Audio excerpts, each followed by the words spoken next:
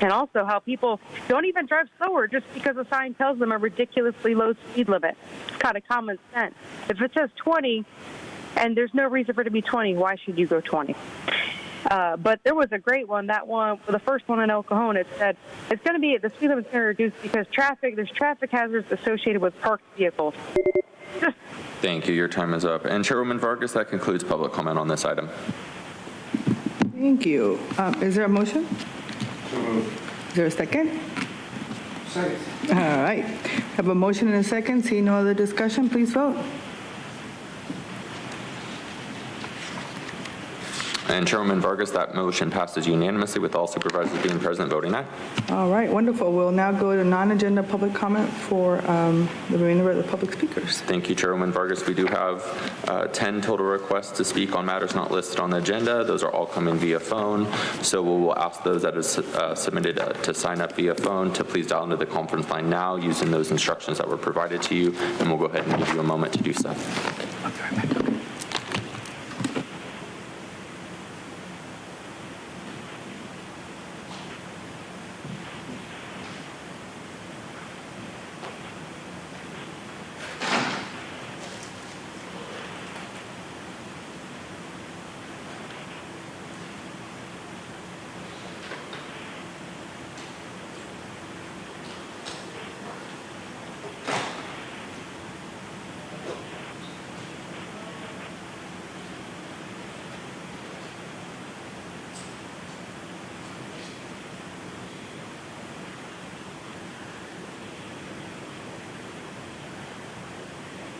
All right, we will now hear from those that have requested to speak via phone. Again, when it's your turn to speak, you'll be unmuted. You will hear a recording that will tell you to begin your comments after the beep. I'd like to remind the callers again, they should mute their TV or live video stream before they begin speaking, and we'll go ahead and begin with our first caller.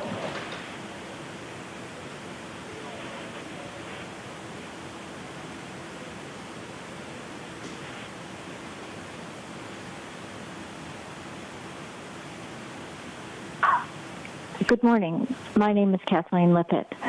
Along with public health practitioners, educators, ER physicians, addiction specialists, you continue to provide the harmful outcomes of economically conflicted policies. We strive to provide to protect youth and young adults from the unintentional and ignored harms of high THC marijuana use. The list of research documentation of harms includes, but not exclusively, the rate of violent behavior rate. It doubles for daily marijuana users aged 18 to 34. Increased anxiety, depression, paranoia, psychosis, marijuana dependence, and addiction, especially among those with still developing brains.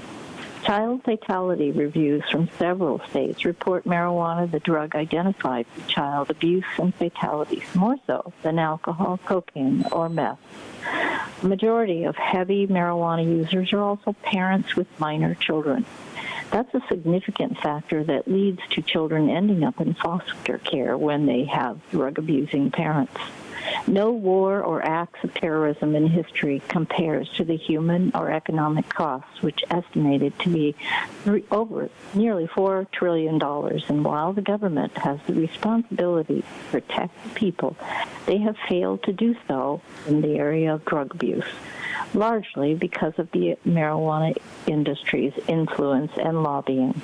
Bertha Madrasi,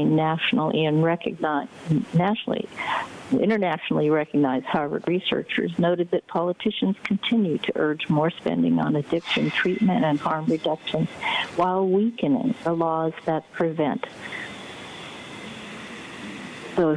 people from becoming addicted in the first place. She observed that marijuana seems to be highly addictive for state and local governments that tax. Thank you. Your time is up. We'll go to our next speaker.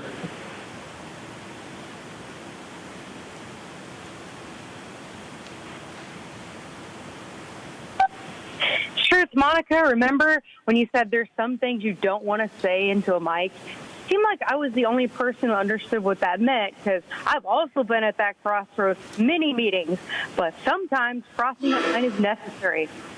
Yesterday, I was actually going to thank Nora for June 5th when she politely asked a certain speaker to direct their comments toward the board rather than attacking other speakers.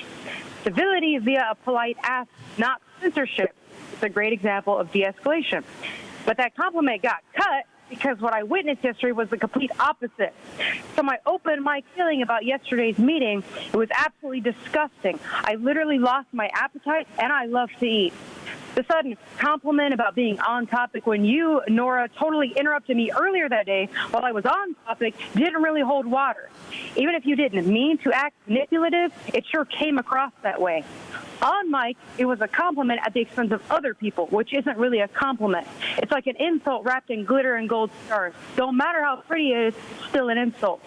But if it was meant to be legit appreciation, good. Because my future participation in these meetings is not a guarantee. I'm not a fan of toxicity. But I get the berserk mode, Nora. You had to keep your frustration silent for 2 months. Got it. My advice, write down your feelings as they happen. Say little out loud. And as for this misbehavior, we're going to break the rules a little and just give a big round of applause. I wanted to take this moment to break the rules. Next time you call for rules to be broken, I call on all people to start booing. Adhere to the rules at all times or just change the unconstitutional rules. Improve things or keep them toxic. Your choice. I choose to be a lighthouse in the storm. And my voice made Fox 5 News yesterday. That's the only appreciation I need from anybody. Just kidding. Have a good day, everybody. Thank you. We'll go to our next speaker.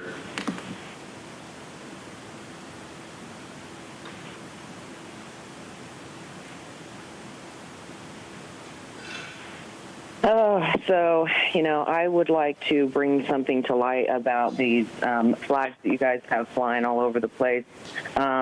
People would consider them a pride flag. That would be the American flag, but that is actually, people look at that as domestic terrorism, basically, to actually be, prideful of your nation because it is no longer America. But with these pride flags, there are transgender, which is also the MAP. They're the exact same flag, mind attracted person. Those are pedophiles.